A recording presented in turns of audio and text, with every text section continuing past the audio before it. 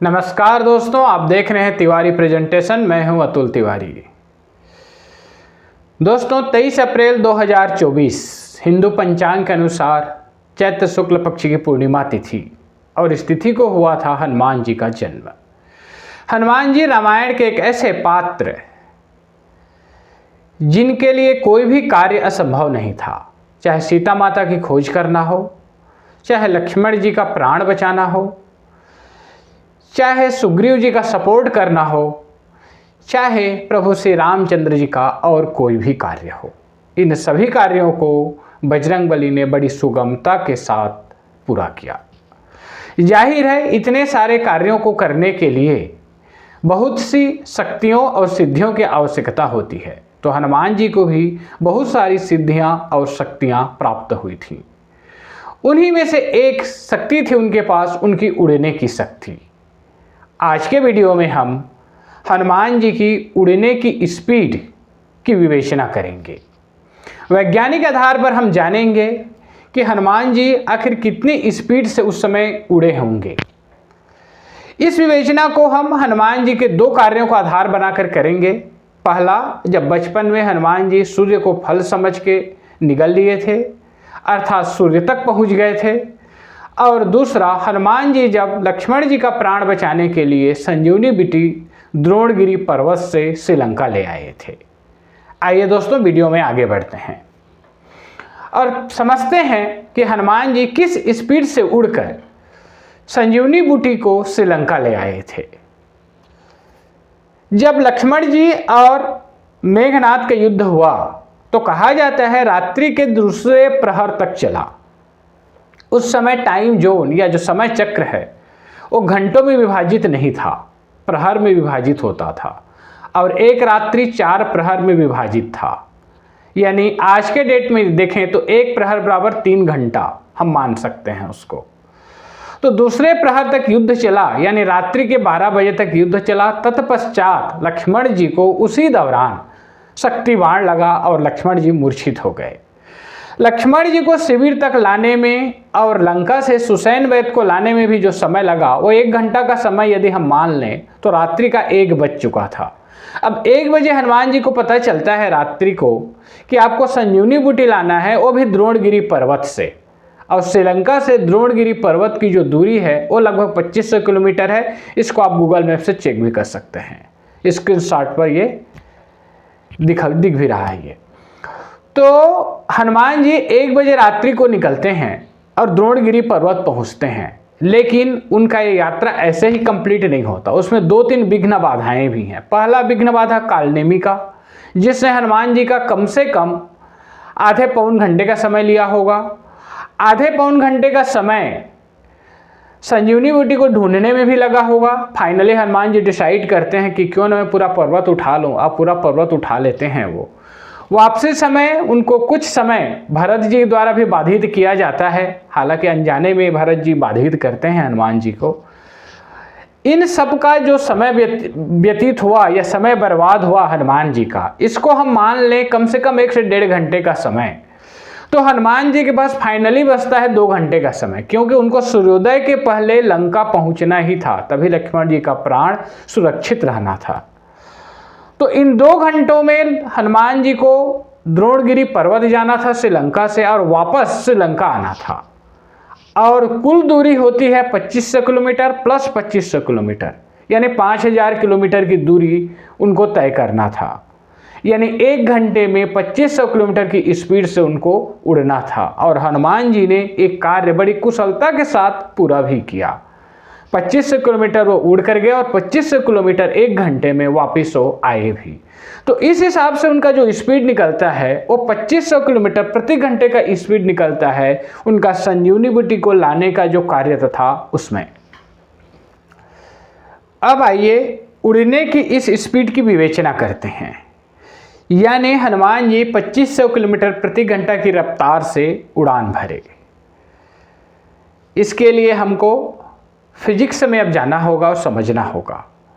सबसे पहले हनुमान जी आखिर उड़े कैसे, धरती से ऊपर कैसे उठे। तो दोस्तों इसके लिए आवश्यक होता है पलायन वेग, अर्थात एस्केप वेलोसिटी कहा जाता है जिसको।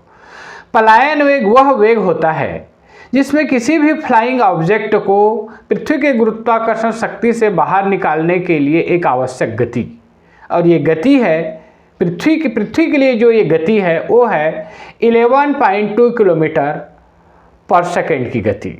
अर्थात किसी भी फ्लाइंग ऑब्जेक्ट को पृथ्वी के गुरुत्वाकर्षण शक्ति से उठने के लिए 11.2 किलोमीटर प्रति सेकेंड की एक मिनिमम गति चाहिए ही होती है। इससे आप नीचे की गति रहेगी यदि कोई भी फ्लाइंग ऑब्जेक्ट का तो वो उड़ नहीं पाएगा। तो फर्स्ट ये हनुमान जी ने ये गति पाई, इस गति तक को पहुँचे, इस स्पीड तक को पहुँचे। दूसरा आता है हनुमान जी 25 किलोमीटर प्रति घंटा की स्पीड से उड़े, अर्थात इसको आज के डेट में मैक 2 की स्पीड कहा जाता है साइंस में। ध्वनि की जो गति होती है मैक 2 की स्पीड, कहने का मतलब है ध्वनि से दोगुनी रफ्तार। ध्वनि की जो रफ्तार होती है, साउंड की जो स्पीड होती है वो 1235 किलोमीटर प्रति घंटे की स्पीड होती है, उसको हम साउंड की स्पीड मानते हैं। इससे ऊपर की स्पीड को सबसोनिक स्पीड कहा जाता है, और इससे दोगुनी स्पीड जब कोई फ्लाइंग ऑब्जेक्ट हासिल कर लेता है तो उसे सुपरसोनिक स्पीड कहा जाता है। अर्थात 2470 किलोमीटर की स्पीड कोई फ्लाइंग ऑब्जेक्ट पा लेता है तो ये सुपरसोनिक स्पीड हुआ ये। तो हनुमान जी सुपरसोनिक की स्पीड से उड़ कर गए। आजकल बहुत सारे फाइटर जेट्स आ रहे हैं जो सुपरसोनिक की स्पीड से उड़ान भरते हैं। मैक 2 की स्पीड, उसी प्रकार से मैक 3, मैक 4, मैक 5 की स्पीड होता है, और मैक 5 की स्पीड से ऊपर को हम हाइपरसोनिक स्पीड कहते हैं। यदि कोई फ्लाइंग ऑब्जेक्ट मैक 6 या मैक 7, मैक 8 की स्पीड पा लेता है तो मानते हैं कि इसने हाइपरसोनिक स्पीड से उड़ान भरी। तो इतना तो क्लियर है अब कि हनुमान जी जब संजीवनी बूटी लेने गए थे तो मैक 2 की स्पीड से उड़ कर गए थे और मैक 2 की स्पीड से उड़ कर वो वापस आए थे। आइए अब समझते हैं दोस्तों हनुमान जी का एक और महत्वपूर्ण उड़ान वाला कार्य। इसमें उन्होंने सूर्य तक को छू के आ गए थे। वो हनुमान जी का जब बाल स्वरूप था तो सुबह उठे और सूर्य को देखे तो सूर्य क्या है, सुबह लाल रंग का दिखाई देता है, सुबह सुबह उगता सूरज। हनुमान जी ने इसको एक फल समझ लिया और खाने के लिए उड़ान भर लिए, कहाँ, सूर्य तक, और सूर्य तक पहुंच भी गए वो। इसके लिए हनुमान चालीसा में एक चौपाई भी है दोस्तों, जुग सहस्र योजन पर भानु लिल्यो ताहि मधुर फल जानू। ये चौपाई हमें दो चीजें बताता है, दो कार्यों का ये व्याख्या करता है ये चौपाई। पहला ये कि ये सूर्य और पृथ्वी की दूरी बताता है हमें। आप इसको ध्यान से पढ़िए, समझने की कोशिश कीजिए। जुग सहस्र योजन पर भानु लिल्यो ताहि मधुर फल जानू। जुग यानी 12,000 वर्ष का एक युग होता है। सहस्र यानी 1000, योजन यानी 8 मील। मॉडर्न साइंस क्या कहता है? मॉडर्न साइंस कहता है कि पृथ्वी से सूर्य की दूरी 15 करोड़ 20 लाख किलोमीटर है। आज का हमारा आधुनिक विज्ञान कहता है इसको। और ये चौपाई भी कहता है कि पृथ्वी से सूर्य की दूरी 15 करोड़ 36 लाख किलोमीटर है। यानी उस समय भी पता था लोगों को कि सूर्य और पृथ्वी की दूरी कितनी है। आप यदि सबको एक दूसरे से आप यदि गुणा कर दोगे 12,000, 1000 और 8 को, तो जो आता है, जो निष्कर्ष निकलता है, इससे जो आंकड़ा उभर कर आता है वो आता है 9 करोड़ 60 लाख मील का, क्योंकि एक योजन बराबर 8 मील होता है। अब 1 मील बराबर हम जानते हैं 1.6 किलोमीटर। अब आप 9 करोड़ 60 लाख मील को आप गुणा कर दोगे 1.6 से, तो इसमें निकल कर आता है 15 करोड़ 36 लाख किलोमीटर, जो सूर्य और पृथ्वी की दूरी को बताता है। अब चलिए चौपाई दूसरा क्या बताता है?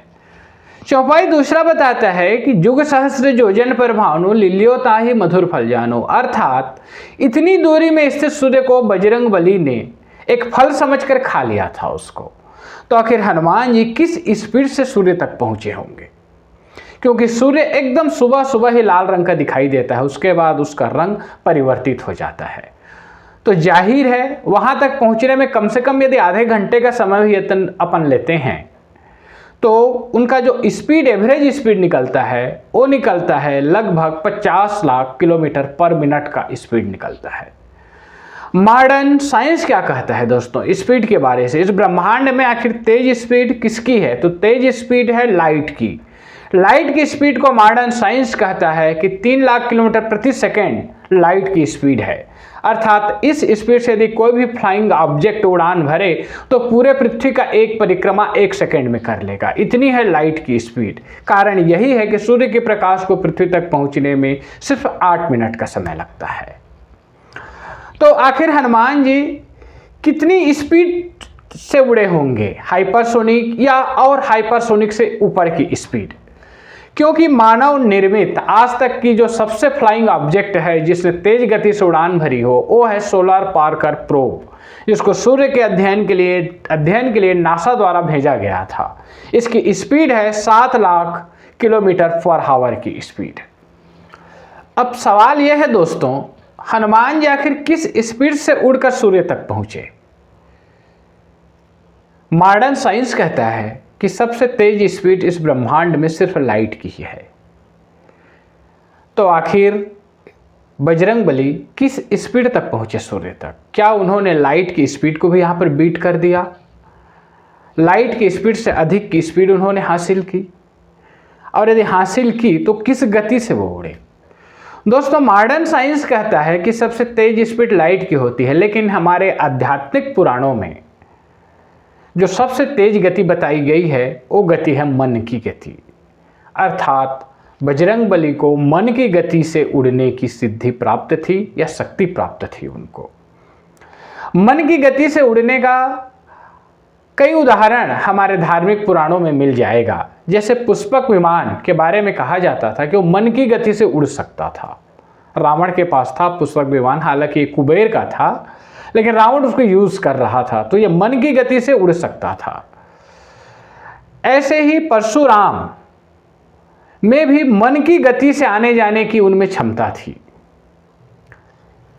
तो ये कुछ उदाहरण हैं हमारे धार्मिक पौराणिक ग्रंथों में जिन्होंने मन की गति से आने जाने की जिनमें क्षमता थी। तो हनुमान जी जो सूर्य तक पहुंचे वो मन की गति से पहुंचे, मन की गति से उन्होंने उड़ान भरी और सूर्य तक वो पहुंच गए। तो ये रहा दोस्तों आज का वीडियो, जो कि केंद्रित था हनुमान जी की उड़ने की स्पीड के बारे में। वीडियो कैसा लगा कमेंट्स कीजिएगा। मिलते हैं अगले वीडियो में ऐसे एक इंटरेस्टिंग टॉपिक के साथ। तब तक के लिए नमस्कार।